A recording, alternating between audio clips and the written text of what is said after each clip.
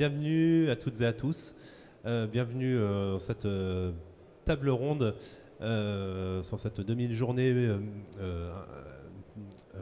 consacrée à l'industrie 4.0 et notamment un des pans de l'industrie 4.0, l'intelligence artificielle. Alors l'intelligence artificielle, évidemment, on en parle beaucoup, ça fait couler beaucoup d'encre, sauf que on ne sait pas vraiment finalement ce que c'est réellement que l'intelligence artificielle.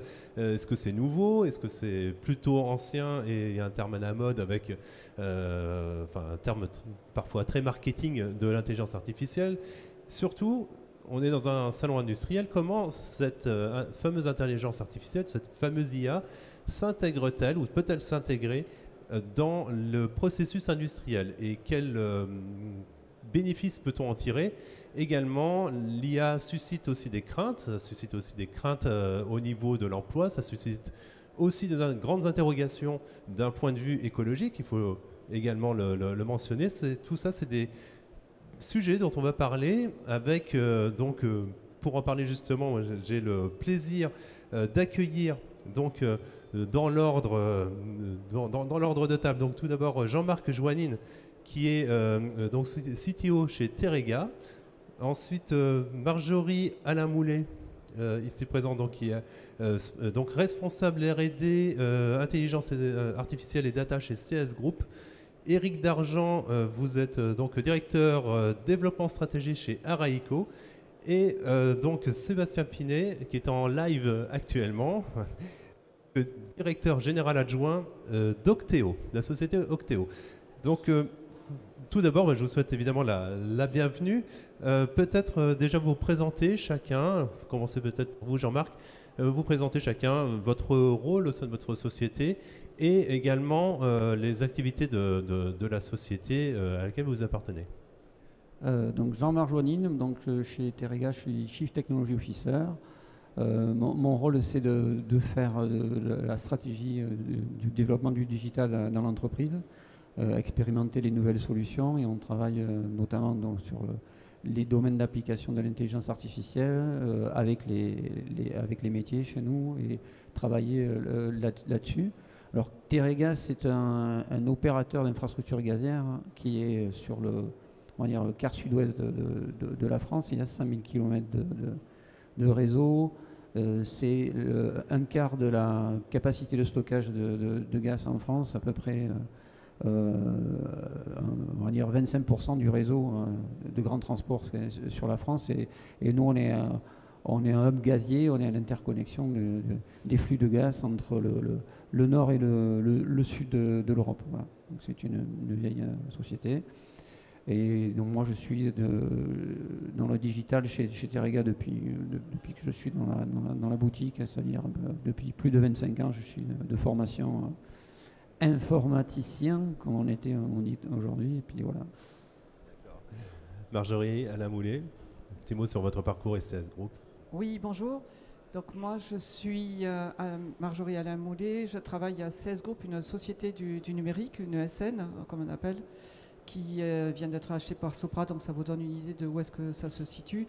On est sur Toulouse sur le domaine spatial et aéronautique, sur Paris dans la cybersécurité et la défense. Là-dedans, il va y avoir beaucoup d'IA un peu partout dans les produits, notamment dernièrement la lutte anti-drone qui a servi à surveiller les JO contenait un bout d'IA. Et moi, mon rôle, étant donné que j'ai une formation informatique qui s'est terminée par un doctorat en intelligence artificielle en 1993, c'est pour répondre du coup à la réponse, est-ce que l'IA est récente ou pas? Je suis témoin que non. Déjà la réponse à une première voilà. question. Et en fait, depuis 30 ans, j'ai eu un parcours classique de consultant en système d'information, chef de projet, avant-vente. Et puis j'ai été amené à proposer à monter des projets de R&D. Donc maintenant, j'ai la casquette effectivement R&D. Et je fusionne toute cette connaissance, cette expérience avec ma ancienne formation d'IA, puisqu'en 2019, suite au rapport Cédric Villani, il a été créé des instituts d'intelligence artificielle. Il y en a eu 4 qui ont été créés en France, dont un à Toulouse qui s'appelle ANITI, pour Artificial Natural Intelligence Toulouse Institute. Donc notez qu'il y a naturale aussi, il n'y a pas que l'intelligence artificielle. Et je suis copilote et donc je fais partie de l'organisation d'un IT à mi-temps. Par rapport au reste de mon temps ou ACS, je suis un peu l'expert qui va aider tous les gens qui veulent intégrer des IA, qui se posent toutes les questions, par exemple, dont on a parlé. D'accord. Éric Dargent, petit mot sur vous et Araïco. Bonjour à tous, moi je suis le directeur du développement et de la stratégie chez Araïco, c'est-à-dire que je chapeaute l'effort commercial, je travaille avec toutes les équipes sur le développement de l'offre et aussi tous les partenariats, puisqu'on a une démarche très partenariale. Sébastien aujourd'hui qui est à la table avec nous pourra en témoigner, puisque c'est un bel exemple de partenariat. Le métier d'Araïco, c'est vraiment, pour faire très bref, de rendre l'IA accessible aux PME et aux ETI. Donc des acteurs qui, historiquement, en tout cas récemment, se sentaient plus éloignés de ce sujet que les grands groupes qui travaillent depuis plus longtemps. Et quand on dit rendre accessible, ça démarre de l'acculturation pour aider ces entreprises à comprendre en quoi l'IA peut être effectivement un outil pour eux, très puissant, et le développement de solutions, le déploiement de ces solutions. Donc, in fine, notre métier, c'est de déployer des solutions dans ces entreprises qu'on les aura aidées à identifier pour répondre à des enjeux majeurs. Très bien. Sébastien Pinet, un petit mot sur vous et sur la société Octeo. Oui, merci, bonjour à tous. Donc, Sébastien Pinet, je suis directeur général adjoint. Vous m'entendez bien? Oui. Directeur général adjoint d'Octeo. J'ai en charge la mise en œuvre du projet d'entreprise sur l'aspect d'abord coopératif adhérent et puis sur l'aspect aussi technique. D'abord sur mon parcours, j'ai une expérience dans des ESN, notamment chez IBM. Je suis passé ensuite côté client en tant que DSI dans l'industrie métallurgique pour finir à la direction générale de différentes ESN, mais spécialistes du monde agricole et qui maintenant se diversifient beaucoup dans le milieu industriel. Un petit mot sur Octeo. Donc Octeo a cette particularité d'être une entreprise de services numériques créée par et pour les agriculteurs dans les années 70. Et donc on a diversifié nos activités, mais on a une offre de services à 360 pour accompagner, bien pour le monde agricole, mais aussi les ETE, ETI, PME, PMI, dans tous les projets numériques, quels qu'ils soient. Ça passe par l'exploitation de données, l'hébergement, le développement spécifique, l'intégration de solutions, le conseil. Et bien évidemment, il y a eu la brique business intelligence et intelligence artificielle qu'on a voulu mettre en œuvre avec nos propres moyens, et on s'est vite rendu compte qu'on n'arrivait pas à la cheville de certains partenaires. C'est la raison pour laquelle on est allé toquer la porte chez Araïco, puisqu'on est dans le même bassin historique autour d'Auvergne-Rhône-Alpes. On fait partie de la Digital League, même si on a un rayonnement national. Et donc, on a construit un partenariat privilégié avec Araïco autour de projets, à la fois pour nos propres besoins, on en parlera certainement par la suite, mais aussi pour le besoin de nos clients à taille modeste. Voilà. D'accord. Merci, merci. Je reste avec vous, peut-être avant d'entrer dans le vif du sujet. Un chiffre, auriez-vous un chiffre, si vous n'en avez pas, c'est pas grave, d'autres en ont, mais est-ce que vous avez un chiffre qui illustre un peu l'engouement l'engouement de l'IA dans le domaine industriel? Alors, en préparant bien sûr nos échanges, je suis allé réactualiser mes données, notamment sur l'augmentation du volume que nous produisons annuellement de données, qui est un vrai sujet pour diverses problématiques d'ailleurs. En 2020, on avait un volume mondial annuel de production de données et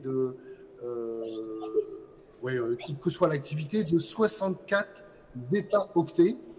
Et en 2024, on est arrivé à 181 zeta-octets. Les zeta-octets, pour vous donner c'est 10 puissance 21 octets.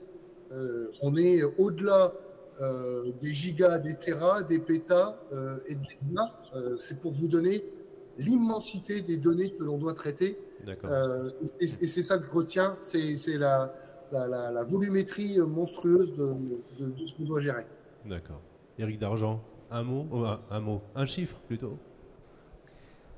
Alors un chiffre qui ne va pas être exactement celui demandé. Nous, comme j'expliquais tout à l'heure, on essaye de répondre aux besoins des entreprises et de mettre la technologie à leur service.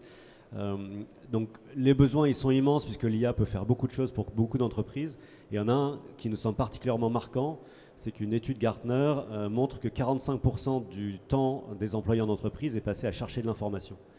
Et l'IA est bien sûr une réponse très forte pour diminuer cette part de faible ou non valeur ajoutée et permettre à chacun de produire plus de valeur ajoutée et de s'épanouir davantage dans son travail.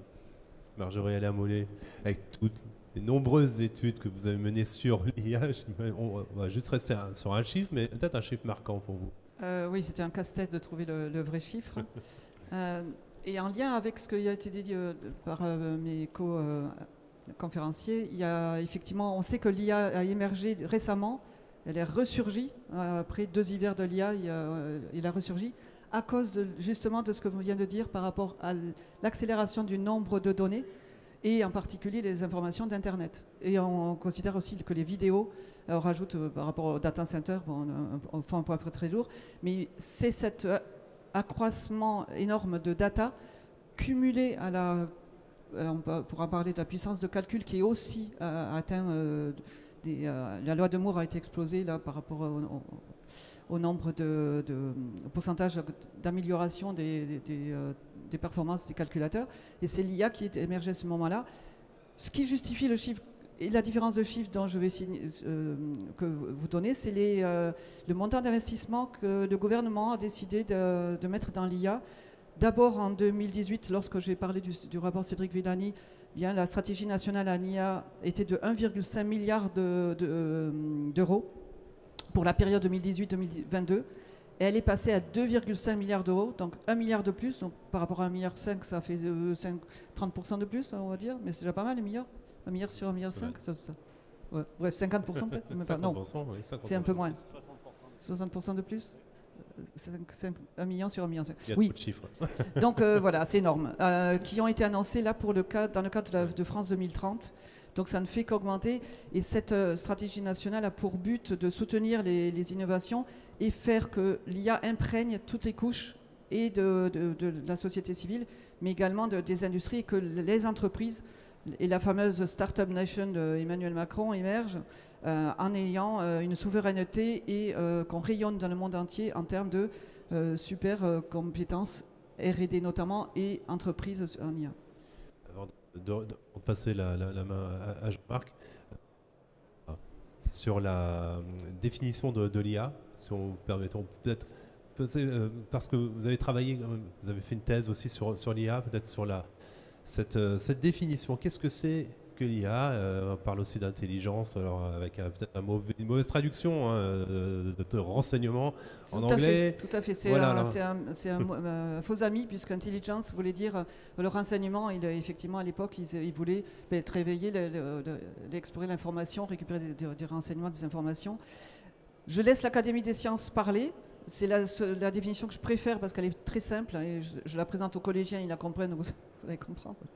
C'est le nom donné à un ensemble d'algorithmes et de techniques dont le but est de reproduire les capacités cognitives ou sensorielles des êtres vivants dans les machines électroniques. Je souligne sensorielles puisque on pense toujours à la cognition, au fait que l'intelligence c'est notre capacité à déduire, à raisonner. Mais en fait, dès que on se regarde, dès que je touche, on a d'autres informations, on a la communication non verbale, etc. Il y a ces connaissances sensorielles qui font partie de l'intelligence qu'on essaye de simuler par des ordinateurs. D'accord. Jean-Marc, avez-vous la même définition alors? J'ai trouvé d'autres littératures, mais bon, pour compléter un peu ce qu'a dit Marjorie, effectivement, on peut dire un logiciel d'IA, c'est quelque chose qui va essayer de resimuler l'intelligence humaine, recréer de l'intelligence humaine dans les process. Ici, nous, on est dans l'industrie. Donc, il y a des notions d'apprentissage, de raisonnement et, j'avais aussi noté, résolution de problèmes. Il y a beaucoup de traitement, la capacité de la puissance des logiciels et des systèmes d'information aujourd'hui avec le cloud, etc., ont une forte capacité à accroître l'apprentissage de façon phénoménale. Donc on peut arriver à résoudre des équations complexes en quelques minutes, ce qui prenait peut-être des jours à un humain pour le faire. Et c'est ça l'intérêt de faire, entre guillemets, rentrer l'IA dans les process de nos industries aujourd'hui. D'argent, vous avez également une définition propre. Alors je vais pas. Les définitions étaient déjà données, donc juste pour compléter quelque chose qu'on entend régulièrement dans les entreprises auprès desquelles on intervient, c'est cette confusion entre l'IA et l'IA générative. Parce que l'IA générative, c'est quelque part la dernière née de la grande famille des IA. Nous, notre CTO, qui est un ancien de l'IA, un chercheur, un docteur en physique des particules du CNRS, n'utilise pas le mot IA, il n'aime pas ce mot. L'IA, ça comprend beaucoup d'approches. L'IA générative, qui a été popularisée par ChatGPT, est le représentant d'une des familles de l'IA, qui est l'IA générative, mais ce n'est jamais qu'une des familles. Il y a beaucoup d'autres approches techniques. Donc voilà, juste pour clarifier, l'IA n'est pas limitée à ce qu'on peut comprendre de ce que fait ChatGPT. D'accord.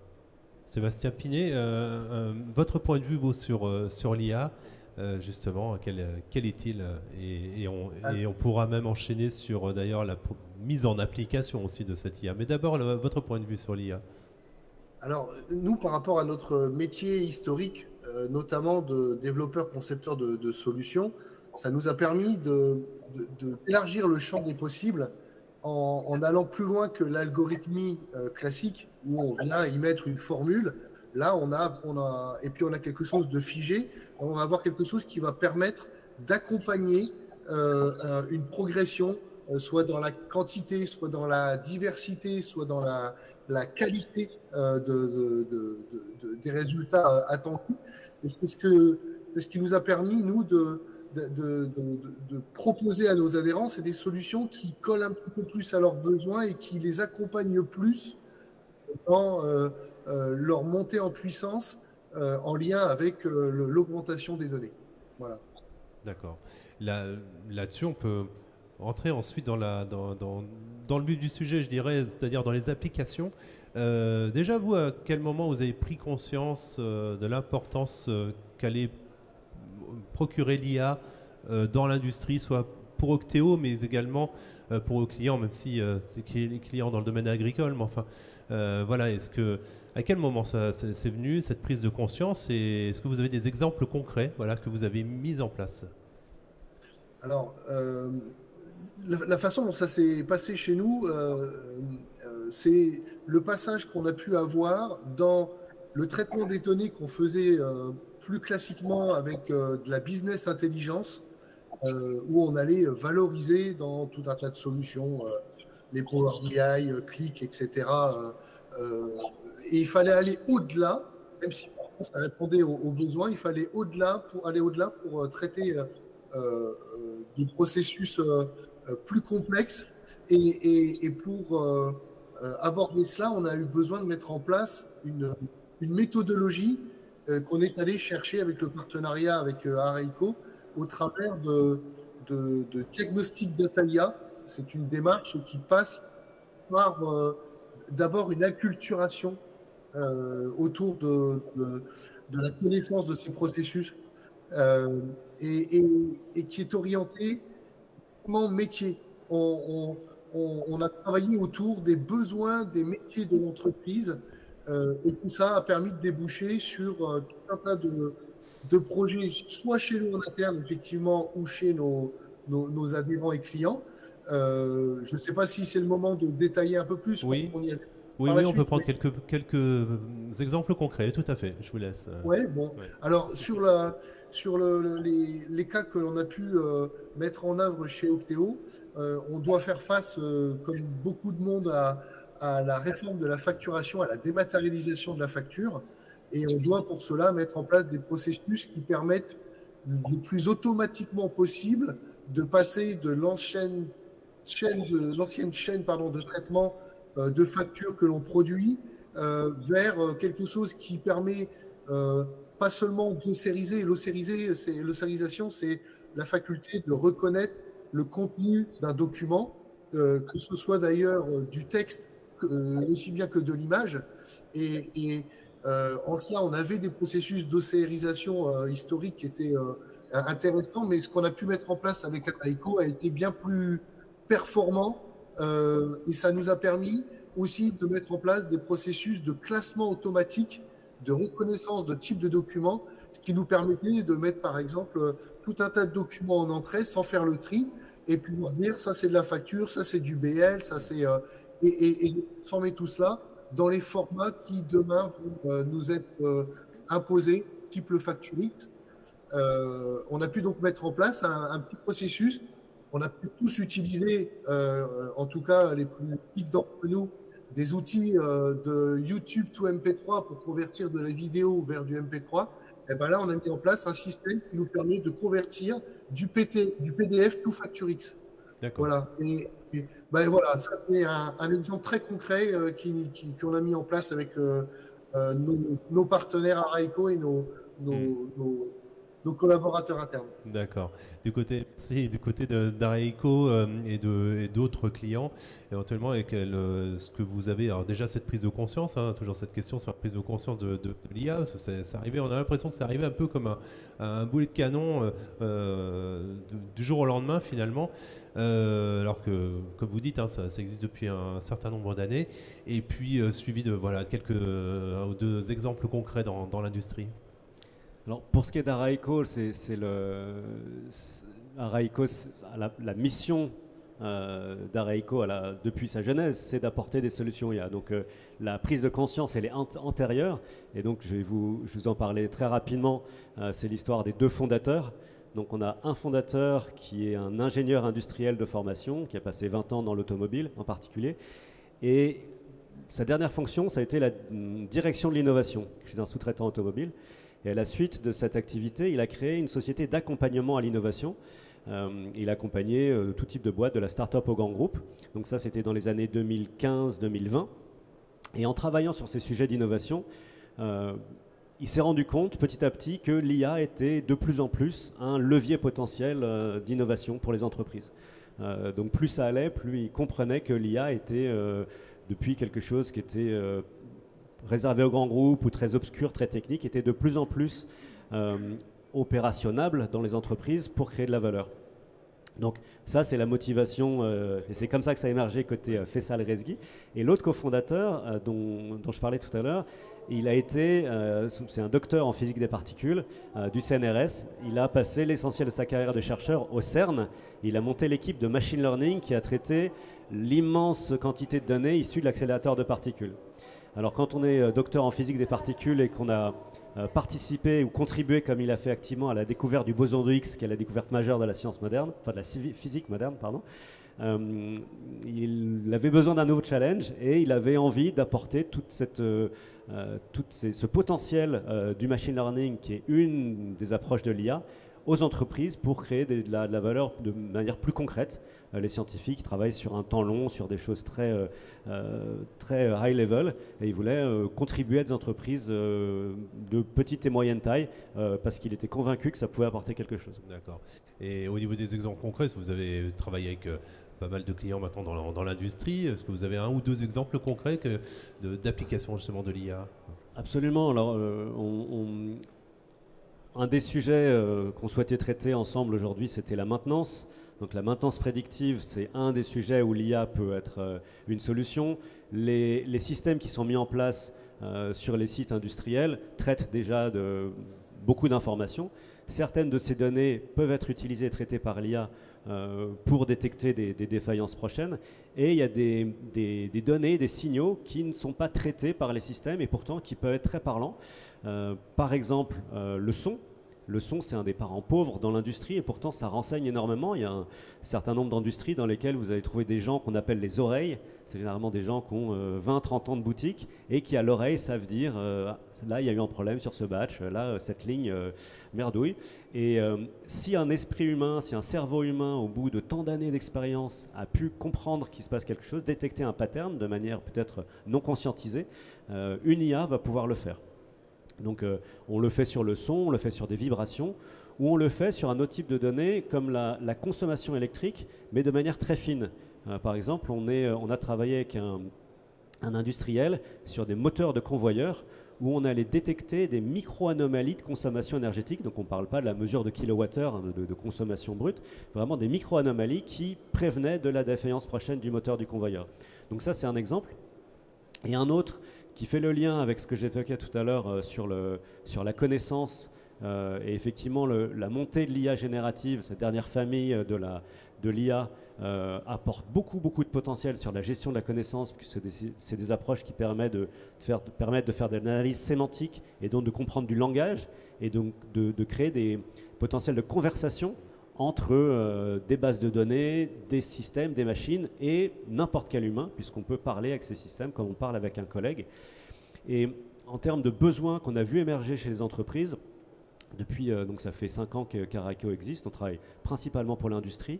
Il y a un sujet sur lequel on travaille beaucoup maintenant, qui est le savoir-faire technique. Donc dans beaucoup d'entreprises, on a un vrai enjeu au niveau du savoir-faire technique, avec ce savoir-faire qui est dans la tête d'un certain nombre de personnes. Souvent, le savoir-faire technique critique est dans la tête d'un petit nombre de personnes, souvent ceux qui vont bientôt partir à la retraite, s'ils n'ont pas été débauchés par la concurrence. Et puis on a en face des difficultés de recrutement, de formation, et puis des jeunes qui arrivent et qui ont du mal à trouver l'information nécessaire pour travailler chez leur nouvel employeur. Donc là, on a développé des solutions basées sur l'IA qui permettent à n'importe quel technicien ou détenteur d'un savoir-faire technique de capter son savoir-faire de manière naturelle vraiment sur son poste de travail. On ne lui demande pas de s'extraire de son poste, de faire ça de manière un peu hors sol, mais pendant un geste technique, de le documenter avec du traitement, des captations vidéo, des notes vocales, en ajoutant des pièces jointes peut-être sur des procédures internes. Et l'IA derrière permet de retraiter tout ça et de créer de la documentation depuis ces enregistrements complètement naturels et de permettre à n'importe qui d'autre dans l'entreprise qui a accès à l'outil de converser en langage naturel, comme s'il conversait avec cette personne, ce technicien expert, et d'avoir accès à l'information qui aurait été documentée. Donc ça, c'est un exemple de comment l'IA va permettre aux entreprises de capitaliser sur savoir-faire technique avant qu'ils disparaissent, qui sortent de l'entreprise, et de le diffuser dans l'entreprise à tous ceux qui en auront besoin. D'accord. Marjorie, un petit mot sur peut-être quelques exemples techniques que vous avez pu voir ou sur lesquels vous avez pu travailler dans l'industrie. Alors moi, je vois beaucoup de choses passer dans CS, comme je disais tout à l'heure, dans différents domaines. On a parlé moi, j'ai travaillé sur justement la maintenance prédictive, sur l'analyse des traitements de signaux temporels pour des machines vibratoires. C'était pour EDF. Et en même temps, on développait l'outil pour également Airbus, qui avait besoin, pareil, d'analyser et de prédire. Et ça, c'est important de parler de la prédiction, puisqu'on sait que le décideur, c'est celui qui sait anticiper et qui, à partir des projections, saura prendre la décision. Donc ça, c'est un élément qu'on va retrouver de manière incontournable. On a parlé du son, on a participé à l'analyse l'analyse du son dans la cabine, dans une cabine d'un avion, parce que les gens se plaignaient de trop de bruit, et donc on a essayé d'analyser d'où venait le son. Donc ça, c'était un des premiers projets qu'on a fait pour Airbus. Côté, on n'a pas parlé de la donnée qui est de type image, mais dans l'image, donc nous on va beaucoup travailler sur le côté spatial, sur l'analyse des images terrestres, notamment par exemple pour créer la fameuse carte d'occupation des sols, pour savoir si c'était du maïs, enfin voilà, toute la décomposition de le chaume, là je crois que ça s'appelle, je ne sais plus, un truc comme ça. On va le retrouver dans alors pas directement nous forcément CS Group, mais je les vois, toutes ces applications traitées au travers d'ANITI, l'Institut d'IA, où il y a encore des sujets, puisque tout n'est pas encore à 100% garanti en termes de reconnaissance, mais le traitement d'image va s'appliquer notamment aux défauts de soudure, par exemple, à reconnaître les pièces en sortie du tapis de fabrication, si les pièces sont de mauvaise façon ou pas, donc les défauts. Là, c'est le use case, je pense, le plus impactant en termes de ROI. Voilà, et puis on a parlé du texte. On va travailler sur d'autres aspects qui sont autour de l'usine, mais qui pourraient être sur la partie documentation technique, aller effectivement chercher des informations Aujourd'hui, si vous utilisez ChatGPT sur votre doc, il y a peu de chances que ça marche, à moins que vous ayez mis toute votre documentation sur Internet. Il va y avoir de gros soucis avec tout le vocabulaire spécialisé lié au savoir-faire. On rejoint métiers, ce métier. Tout à fait. Et puis, on va aussi avoir ce qu'on appelle le sentiment d'analyse, voir comment votre société elle est perçue, les posts ou est-ce qu'il y a des articles de presse qui parlent de vous. Enfin, voilà, on peut aller sur un spectre très, très, très large. On voit aussi des besoins au niveau de l'éco-conception. Donc, en amont, dans les bureaux d'études, essayer d'étudier avec des simulations si le concept qu'on est en train d'établir est viable.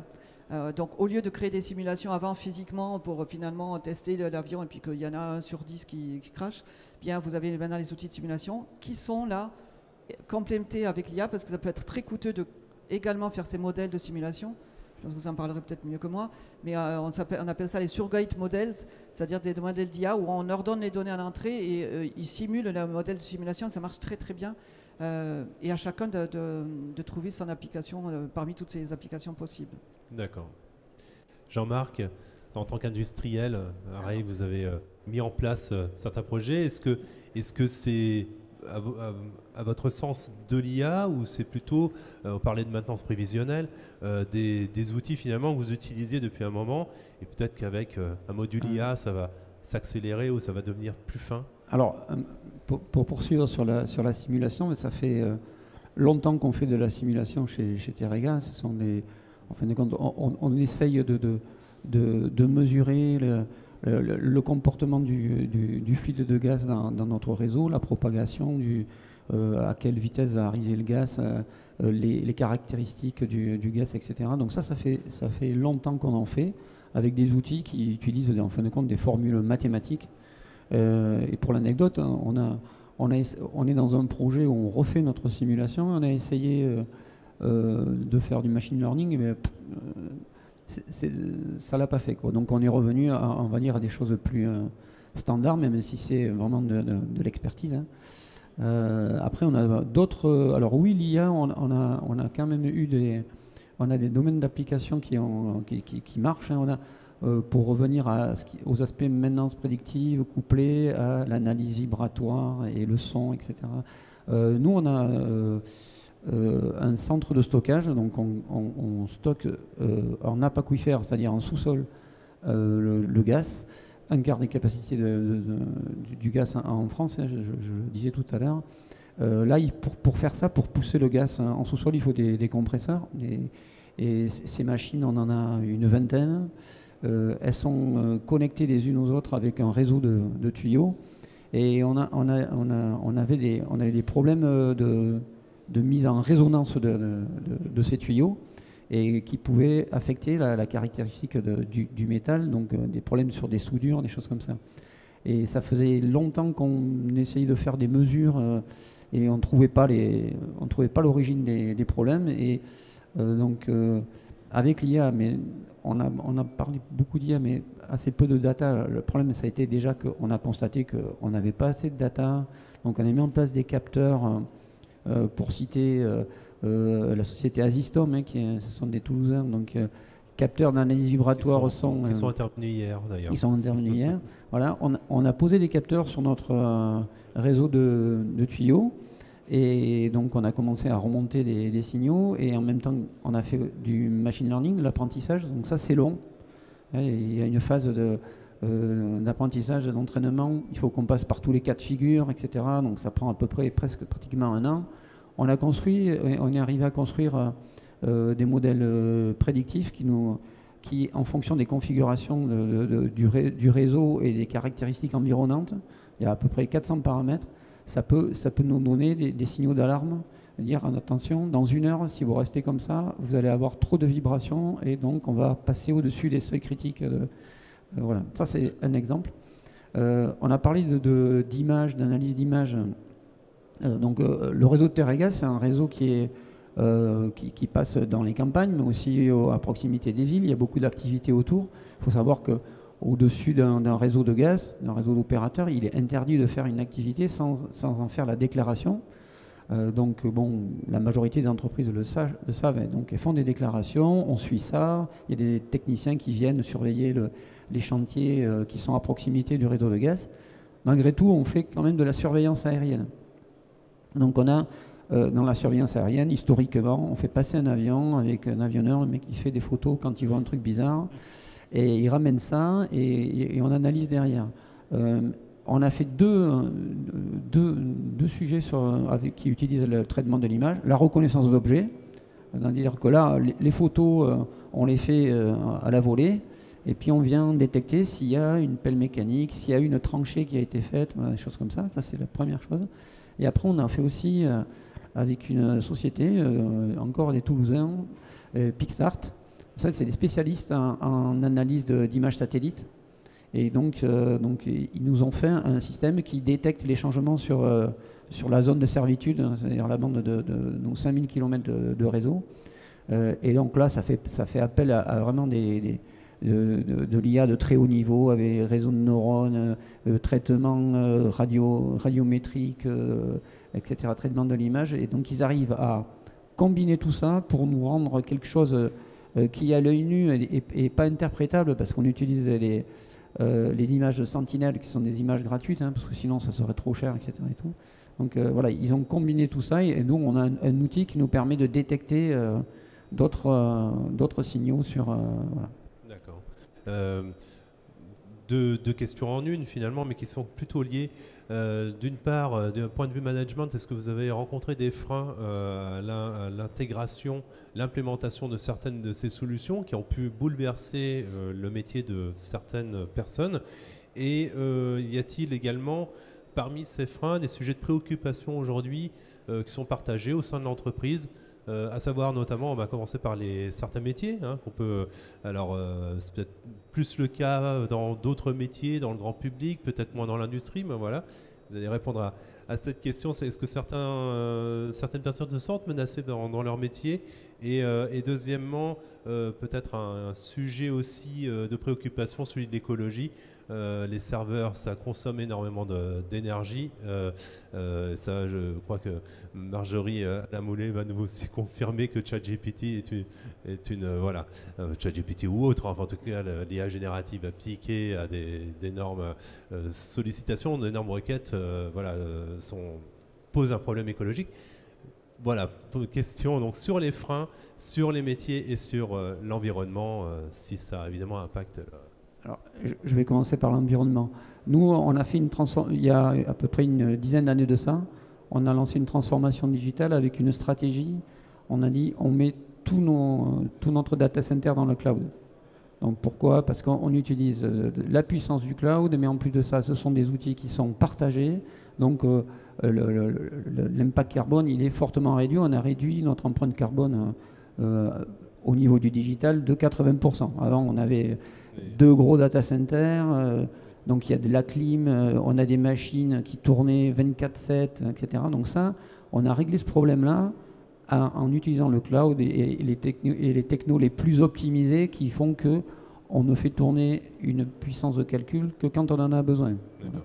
Donc ça, c'est la première chose pour répondre à l'aspect environnemental.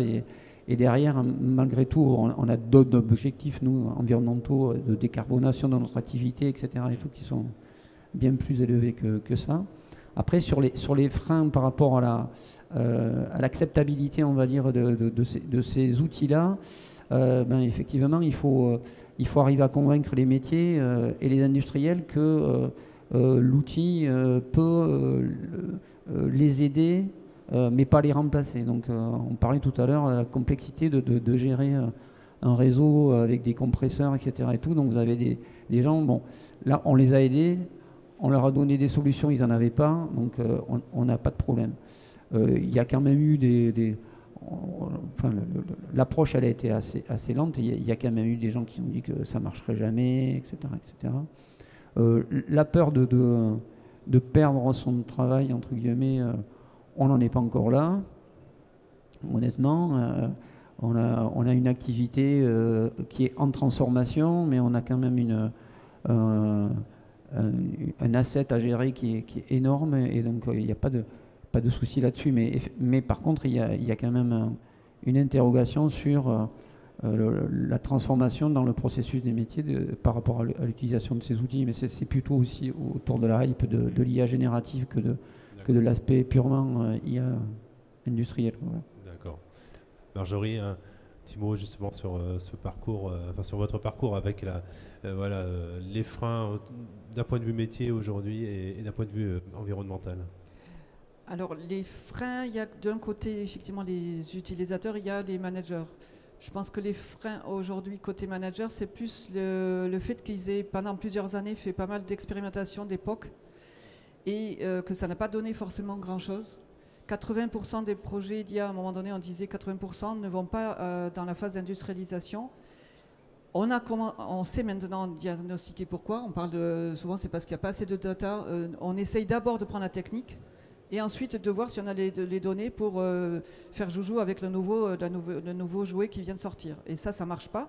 Il faut partir des besoins et voir déjà aussi si on a peut-être pas d'autres solutions autres que l'IA avant de regarder l'IA. Donc on va vers là aussi avec l'IA frugale, on va reparler côté écologie. Donc ces freins-là par rapport aux directions, c'est aujourd'hui un frein puisque elles hésitent à réinvestir en disant « oh oui, on s'est déjà fait avoir bon. Mais ça veut dire qu'il y a une démarche à mettre en place. Il y a aussi des règles maintenant qu'on connaît dans le process. Avant, on prenait data scientist, on prenait des data, débrouille-toi, trouve-toi un modèle. On trouve toujours un modèle. On lui dit trouve-moi une régression sur une exponentielle, il va la trouver. Il y en a toujours une. Sauf que ce n'est pas forcément la bonne à la fin qui va marcher. Donc ça veut dire qu'effectivement, il y a besoin de robustesse. Ensuite, il y a un frein qui est la confiance. Donc c'est pour ça que le gouvernement et Anity est vraiment branché sur trouver des solutions d'IA de confiance pour justement un petit peu casser cette méfiance qui s'est installée. Et la confiance passe par des outils, par un investissement. Donc c'est pas gratuit, mais c'est important. Et côté ouvrier, je pense que je laisserai parler peut-être les autres, mais il y a un labor IA. Il y a eu aussi un chercheur qui est associé à Anity, Yann Ferguson, qui est un Toulousain, qui est le directeur maintenant scientifique de Labor IA, qui étudie l'impact de l'IA en France sur le travail. Donc je vous enjoins à regarder ça, c'est très intéressant. Et voilà, et donc les enjeux, c'est maintenant d'avoir des IA robustes, explicables. Et pour l'aspect écologique, bien effectivement, ChatGPT, ça a été, je crois, plusieurs semaines d'une centrale nucléaire pour l'entraînement. Chaque fois qu'un modèle, les gros modèles de fondation qu'on appelle, c'est-à-dire il n'y a que les grands comme Google qui peuvent se permettre de mettre des centaines de millions d'euros pour entraîner ces modèles-là, eh bien ça coûte de l'argent et Google a multiplié par 50% son impact carbone. Enfin voilà, c'est fait un truc énorme. Et ChatGPT aussi, la petite histoire, c'est que si vous demandez, si vous avez un dialogue d'environ 50 prompts égale une demi-bouteille d'eau ou une bouteille d'eau. On va dire que c'est une demi-bouteille, c'est une bouteille d'eau. En termes d'eau, vous consommez de l'eau, du fait notamment des calculs des data centers et autres. Donc ça, c'est à avoir en tête, c'est-à-dire que moi, j'essaye de l'utiliser le moins possible, que quand je suis la veille qu'il faut trouver un chiffre, mais ça ne marche pas. Ça ne m'a pas donné le bon chiffre. Dans notre domaine, c'est pas encore voilà. Et ça, c'est l'enjeu aujourd'hui aussi de trouver des petits modèles, voire encore une fois de se poser la question, est-ce qu'il y en a besoin d'IA, est-ce qu'il n'y a pas des solutions frugales, low-tech, avant de faire du high AI. Ok. Eric Dargent, par rapport aux freins que vous avez pu rencontrer au sein de vos clients, chez vos clients. Alors déjà, effectivement, je rejoins celui qui a été évoqué par Marjorie sur les décideurs, les managers. L'IA, ça reste nouveau. Il y a eu effectivement beaucoup d'expérimentations qui n'ont pas créé de valeur. Donc on a des gens qui sont parfois un peu échaudés, et puis on a souvent, nous, on rencontre la crainte mais les données, c'est quand même une valeur énorme pour moi. Qu'est-ce que vous allez en faire? Qu'est-ce que l'IA va en faire? Est-ce que ça ne va pas partir? Donc on a beaucoup besoin de rassurer. Après, on a parfois aussi le sujet mais nous, on bosse beaucoup dans l'industrie. Dans l'industrie, il y a une approche très conservatrice et beaucoup de ce qu'on appelle en local, on-premise, donc des gens qui veulent tout en local pour contrôler et qui parlent de sécurité. Donc les gens s'il y en a parmi vous qui sont experts de la sécurité, tout le monde sait que la sécurité aujourd'hui est bien plus forte dans un cloud que dans un serveur local, mais ça, dans la tête des patrons de PME et parfois même des DSI, c'est pas encore clair. Donc on a besoin de rassurer. Et surtout, on a besoin d'aller très vite sur expliquer comment on va s'y prendre, donc vraiment la question de la méthode, pour in fine créer de la valeur, parce que c'est ça qui compte. Et une fois qu'on arrive sur une discussion très concrète de création de valeur au final d'un outil, on discute de la création d'un outil au service d'un métier pour créer de la valeur. Et là, tout d'un coup, les grandes angoisses ou les grandes craintes de données s'évanouissent parce que les dirigeants, les managers se rendent compte qu'il y a l'opportunité de quelque chose qui va aider leurs équipes au quotidien, créer une nouvelle valeur. Donc ça, c'est au niveau des managers, on a effectivement ce challenge-là.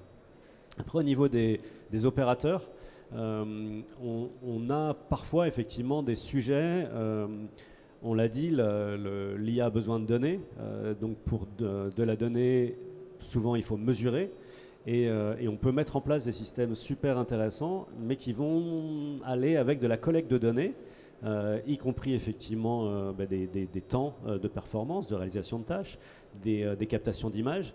Et là, la petite musique de Big Brother revient aux oreilles. Les gens ont peur d'être fliqués. Donc on est, nous, parfois, dans ces sujets-là, de dire c'est un outil qui va vous permettre... Alors, par exemple, je vous donne un exemple. On travaille sur des postes augmentés. Beaucoup de postes dans l'industrie de travail manuel. On met en œuvre des solutions qui captent le plan de travail, captent un flux vidéo qui est analysé. Et l'IA comprend ce qui se passe. Alors, par exemple, peut détecter des objets, peut reconnaître le mouvement des mains. Et en fonction de... On aura entraîné le modèle en lui disant quelle est l'opération à mener. Et du coup, l'IA peut donner un feedback en temps réel à l'opérateur, lui dire, voilà, là, tu as pris la bonne pièce, là, tu ne l'as pas mise au bon endroit, cette pièce est bonne, etc. Donc, c'est très utile et le but est de baisser la charge mentale et d'améliorer la qualité. Donc c'est finalement des intentions valables et ça aide même les opérateurs. Mais bien sûr, il y a un accompagnement pour leur faire accepter puisqu'ils se sentent observés. Donc c'est un cas où on a besoin un peu de faire du massage, de l'accompagnement au changement pour que ce soit pas accompagné de mesures dures, de rétorsion si la qualité, si le rendement n'est pas au rendez-vous. Là, nous on fait beaucoup d'accompagnement au changement avec nos clients puisque ces nouvelles approches peuvent bousculer un petit peu les métiers. Alors justement, l'heure tourne, on arrive presque au terme de cette table ronde. Justement, l'accompagnement est important, accompagnement à la fois des opérateurs, mais également de l'entreprise, de l'ensemble de l'entreprise. Déjà, peut-on dire que l'IA, telle qu'on la conçoit ou telle que vous la concevez chez Araïko et ensuite chez Octeo, c'est un projet d'entreprise ou alors c'est simplement, on vient mettre finalement on vient agréger quelques technologies supplémentaires qui vont améliorer l'existant et comment on accompagne tout ça et également peut-être un volet financement également, ça coûte cher, vous l'avez dit Marjorie. Donc voilà, aujourd'hui quels sont les financements, y a-t-il des sources de financement notamment gouvernementales qui sont prévues? Alors, on a évoqué tout à l'heure les budgets. Moi, je n'avais pas les chiffres en tête, mais effectivement, il y a un certain nombre de guichets qui aident les entreprises. Nous, à Araïko, on est un partenaire de BPI.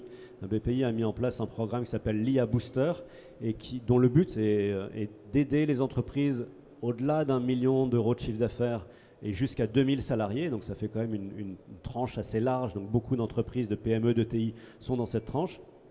Et le but de l'IA Booster, qui a plusieurs phases, est d'accompagner les entreprises avec des experts, comme par exemple des gens de chez Araïko, à d'abord avoir une approche stratégique. Donc il ne s'agit pas de faire de l'IA pour faire de l'IA, c'est peut-être aussi les travers qu'il y a eu dans le passé, c'est de faire de l'IA pour créer de la valeur. Donc d'abord de comprendre quels sont les grands enjeux de chaque entreprise. Et nous, avec nos regards d'experts IA, mais aussi d'hommes d'entreprise, on identifie les enjeux sur lesquels l'IA a un potentiel de création de valeur. Parfois, il y a des enjeux opérationnels, de productivité, de qualité ou de développement où l'IA n'est pas une réponse. Il va falloir faire autre chose, de la formation, un autre type d'outils digital. Et régulièrement, bien sûr, on identifie des enjeux sur lesquels l'IA peut être un énorme créateur de valeur et on se concentre sur cela. Ok. D'accord. Et du coup, Sébastien Pinet, vous avez bénéficié fait appel à Raiko. Vous avez bénéficié d'un accompagnement. Comment s'est passé cet accompagnement? Et est-ce que de l'autre côté, volet financement, est-ce que vous avez aussi pu bénéficier d'un quelconque financement ou pas d'ailleurs?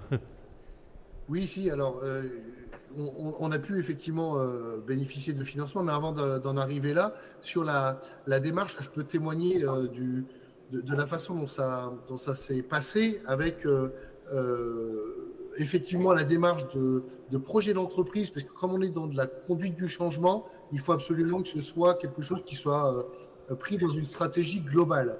Et pour ça, on a identifié des key users, des personnes clés dans l'entreprise, sans aller vers... alors, chez tous nos clients, on a eu moi j'ai besoin de ça, moi j'ai cette idée-là. Sauf qu'on n'a pas du tout eu cette démarche-là. On a d'abord travaillé sur l'acculturation, on a d'abord écouté toutes les personnes clés, et puis c'est seulement après que l'on a pu analyser l'ensemble du recueil des besoins, des douleurs parfois que chacun a exprimé, et puis d'une idée du dirigeant qui disait j'ai besoin d'avoir quelque chose qui est d'ailleurs plus parfois de l'effet waouh qu'autre chose. On est arrivé parfois sur un besoin d'un outil effectivement avec de l'IA pour amener une solution à une problématique administrative, par exemple. Ça dépend en fait vraiment à la fois des idées qui nous sont soumises, mais aussi dans la restitution. On fait généralement 4 à 5 propositions qui nous semblent pertinentes avec une mesure de l'investissement, du run et du ROI, ce qui permet derrière au groupe de décideurs de trancher en disant oui, tel et tel projet peuvent être intéressants et je transforme ça soit dans une deuxième phase qui est un approfondissement de cette théorie, soit carrément dans la réalisation d'un POC. Et l'ensemble de ces processus, nous, on a pu bénéficier de financement par des pays, à la fois dans le diagnostic, mais également dans la réalisation du POC, avec des taux de prise en charge de l'ordre de 50%, alors plafonné, mais c'était quand même bienvenu, notamment quand on s'adresse à des TPE, PME. Ouais. D'accord. Marjorie, vous qui êtes, si vous avez un volet quand même en lien avec les pouvoirs publics, vous êtes peut-être au fait de ces accompagnements de financement? Oui, comme ça, je vais faire très court. Il y a 2 informations que je voulais faire passer. C'est qu'effectivement, je connaissais l'IA Booster. Il y a également sur Paris, mais je pense que ça peut diffuser sur les autres territoires, il y a le Hub Francia, qui, pareil, met en relation des offreurs de solutions et des petites PME et qui peut payer 3 000 € pour l'étude du cas d'usage des petites PME. Et pour les entreprises franciliennes. Oui, c'est ça, c'est francilien. Mais il y a chaque territoire a des équivalents. Oui. Parfois, et pas sur toutes les régions. Occitanie, il vient de démarrer lié à un projet européen d'Occitania. Ça s'appelle Occitanie EasyEye. Donc vous allez sur Digital 113 et Digital 113, à un moment donné, liste les actions de ce hub qui est géré par l'agence ADOC, qui, pareil, va proposer des catalogues de services et vous mettre en relation avec... Alors, sur les aspects financement, c'est... Il y a une partie, il y a un catalogue, j'ai vu, il y avait 50%, 30% des choses qui sont financées, etc. Donc, voilà, si vous êtes en Occitanie, allez voir sur Digital 113 ou vous me contactez, je vous redonnerai les liens. D'accord. Très bien. Petit mot, peut-être le mot de la fin, Jean-Marc, mais déjà sur l'accompagnement, vous avez bénéficié d'accompagnement spécifique ou vous avez tout fait finalement en interne chez vous? Oui, on utilise beaucoup d'accompagnement parce que c'est quand même des domaines d'expertise. On a des compétences dans le digital, mais après, arriver à faire cette cuisine, je dirais, entre l'application de l'IA et la connaissance métier, etc. Donc on fait souvent appel à des partenaires. Voilà. Ça c'est clair. D'accord. Des financements peut-être financements, nous, en fin de compte, on n'a pas de financement spécifique sur l'IA, mais on a un programme R&D global chez Terrega avec plusieurs piliers qui sont axés sur des objectifs de décarbonation, d'optimisation de nos infrastructures, etc. Donc, traitement de la molécule, les nouveaux gaz qu'on appelle l'hydrogène, le dioxyde de carbone, les problématiques pour les stocker dans nos stockages notamment. Donc, après, c'est des programmes globaux. L'IA est intégré dedans. L'IA est intégré d'accord. dedans, voilà. Ok. Et après, Très bien, merci beaucoup, merci à tous.